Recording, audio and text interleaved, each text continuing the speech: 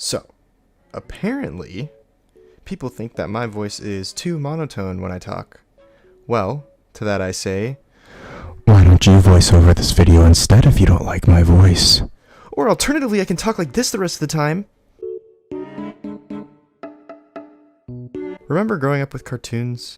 You know, stuff like SpongeBob or The Lion King or even The Emperor's New Groove. Well, believe it or not, these were hand-drawn movies and shows. I know, crazy, right? Basically, these companies had a large group of people who drew background and another group draw the foreground and items such as characters, and then you had people correct the scenes, etc., etc. You get the idea.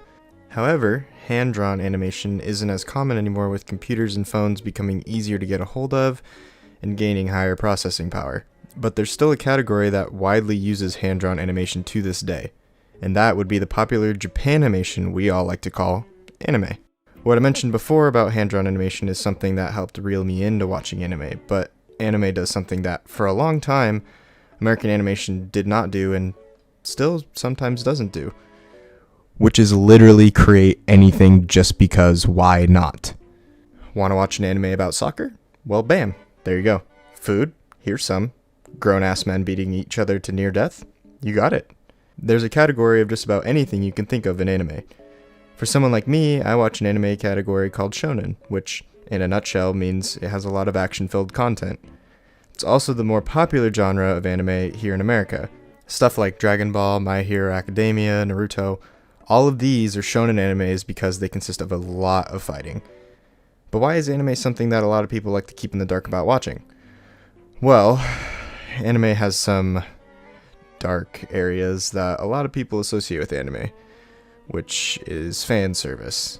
While yes, it occurs in American movies, anime takes it to a bit of a whole new level. And because I don't want you guys looking it up, I'll have Samuel L. Jackson say it rather than me. Does Samuel L. Jackson like anime? Yes, I do. Hentai too. Now I'm gonna say it again. Do not look this up unless you want to be scarred. There's some questionable stuff they like in Japan.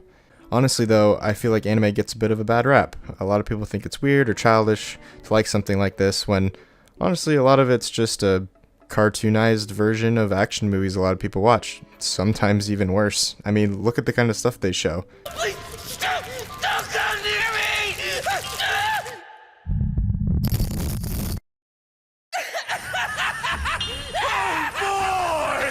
popped, look at him go! That's the way, maggot! Dance! You want me to cut out your heart and eat it, don't you? You want it to be all over? Cause that's the only way out! Yeah, you want to still argue that it's just a cartoon after seeing that? Honestly, I think everyone should give anime a try at some point in their life, just to see if they like it or not. I have a few friends that I've introduced to certain animes and they end up getting hooked. So I'm going to give two examples and explanations as to why you should give them a shot.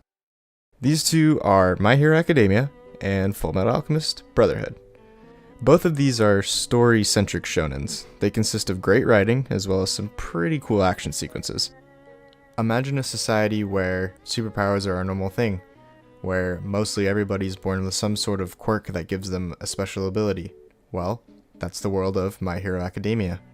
My Hero Academia's story follows Midoriya Izuku, who was born quirkless. He had no superpower, but it was always his dream to become a superhero. So, when the Symbol of Peace All Might decides to hand over his quirk, One for All, to Midoriya, he takes it with open hands.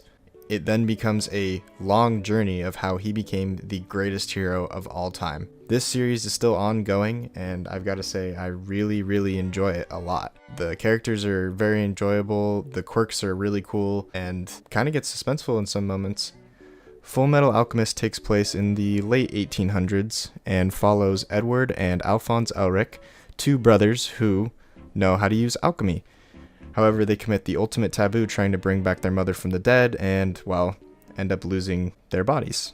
The whole story consists of them trying to find ways to get their bodies back, but they end up getting mixed up in some pretty crazy stuff.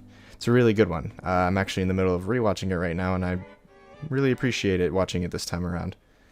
If you aren't sure out of the two, I would really suggest Fullmetal Alchemist, but make sure you watch the 2009 Brotherhood remake because the 2003 version is not the right one. I mean, if the main character looks like this instead of this, then you're watching the wrong one. Another thing to take into account is that if you can watch a movie or show with subtitles, then a subbed anime really isn't that bad to watch. Which, if you're wondering what subbed means, it means that it's the original Japanese voice actors with English subtitles, so we know what they're saying, obviously. But the two animes I listed before have pretty good dubbed variants, so you shouldn't have trouble with that. So yeah, that's about it. Hopefully I opened your guys' eyes on what anime really is, and I mean, even if you don't end up wanting to watch it, hopefully, you know, maybe you'll not judge me when I wear my Weeaboo t-shirt. Anyway guys, thanks for watching, and I'll see you guys later.